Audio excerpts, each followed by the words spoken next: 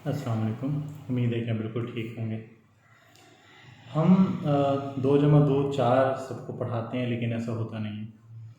हम अपने यूनिवर्सिटीज़ में बहुत जगहों पे बहुत अच्छी बातें करते हैं, लेकिन ये कि रूटीन लाइफ का वो हिस्सा नहीं होता। ऐसे ही मामला मेरे एक तालिब इल्म के साथ हुआ है।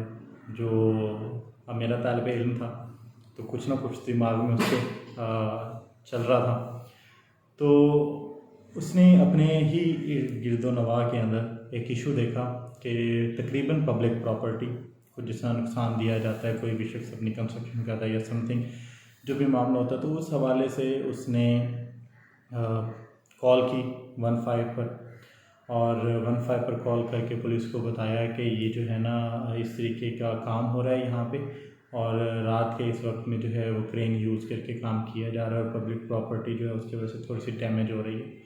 अब क्योंकि वो एक स्टूडेंट था, जो स्टिल अभी स्टूडेंट है यूनिवर्सिटी में, तो उसने पुलिस को कॉल की। पुलिस ने उससे एड्रेस वगैरह लिया और पुलिस ने उसको कहा कि प्लीज़ आप पुलिस स्टेशन आ जाएं। तो वो बच्चा जो है वो पुलिस स्टेशन चला गया। पुलिस ने उसको कहा कि बेटा, अगर आपने कोई ऐसी वैसी बात कर रहे हैं तो फिर आपके ऊपर ना हम वो पनिशमेंट चार्जेस होते हैं वो हम आपके ऊपर इम्प्लीमेंट करेंगे। उसने कहा सर देखिए, मैं तो आपको जो देखा वो मैं आपको बता रहा हूँ, आप मेरे साथ चले वहाँ पर जाके देख लें।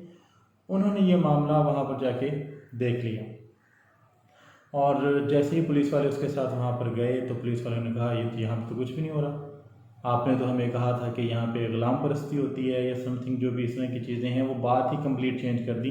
जबकि वो स्टूडेंट आगे से कह रहा था कि सर मैंने सिर्फ आपको पब्लिक प्रॉपर्टी डैमेज होने के हवाले से दरख्वास्त की थी।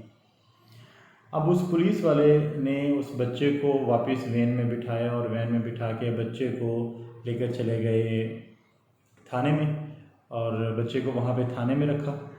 थाने में रखने के बाद अगले दिन उसको मूव कर दिया, जो जज के पास जाना होता है या आगे जेल की तरफ बच्चे को सेंड कर दिया।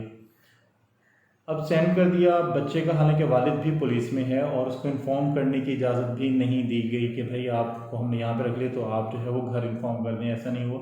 वो बाद में उसको इन्फॉर्म करने का मौका दिया गया।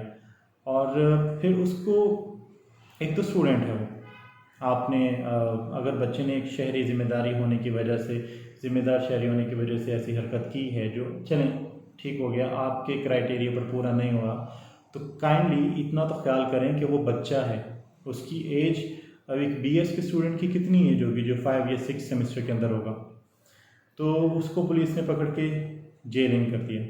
जेल में गए तो वहाँ पे प्रिंट्स वगैरह लिए जाते हैं, हाथ के अंगूठों के तस्वीर बनाई जाती है।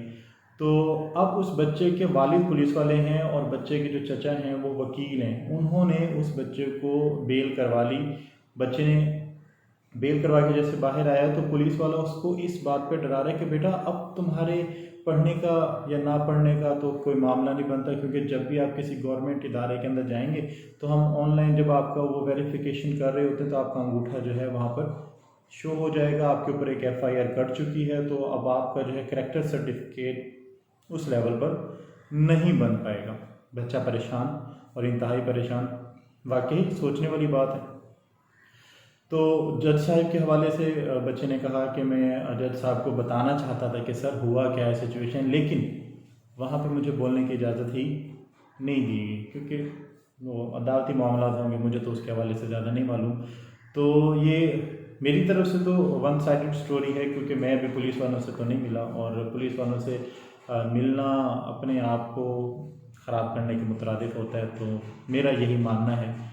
तो क्योंकि हमारे इंस्टीट्यूशंस में जो लोग बैठे हुए हैं वो लोग हैं कि जिनकी दौड़ धूप 17-18 साल की उम्र से ही ये होती है कि आपने 18 साल के हो गए, आपकी मैट्रिक हो गई है, तब आपने पुलिस में जाना है। पुलिस उनको फिर एक ऐसा सेटअप मुहैया करती है जिसके अंदर इंसानियत नामी तो कोई चीज़ होती नहीं है, एक कौमियत के हवाले से तो उनके अंदर कोई ऐसी चीज़ नहीं होती है, ना उनको सिखाई बताई पढ़ाई जाती है।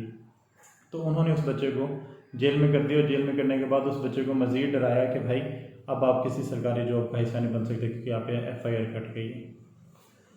उस बच्चे के पास 50 रुपये जो आखिरी बचे हुए थे आते हुए पुलिस वालों ने वो भी उससे ले लिए। तो आप ये सोचें कि आप अपने आने वाली नस्ल को किस ट्रैक पर लगा रहे हैं। और वो बच्चा अगर इस बात को जहन में बिठा लेता है कि अब गवर्नमेंट जॉब तो मैं कर नहीं सकता हूँ, और जो इन्होंने मुझे इंसल्ट करना था वो तो इन्होंने कर दिया, तो अब मैं एक अच्छा शहरी तो नहीं हो सकता।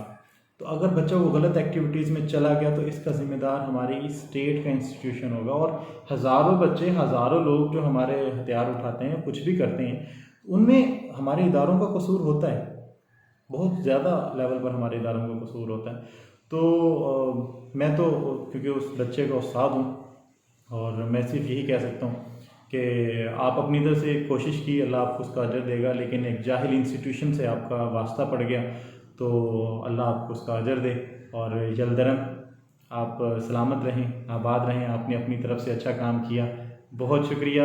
मगर स्टूडेंट आप मेरे हैं तो इस बात में मुझे खुशी है। Thank you.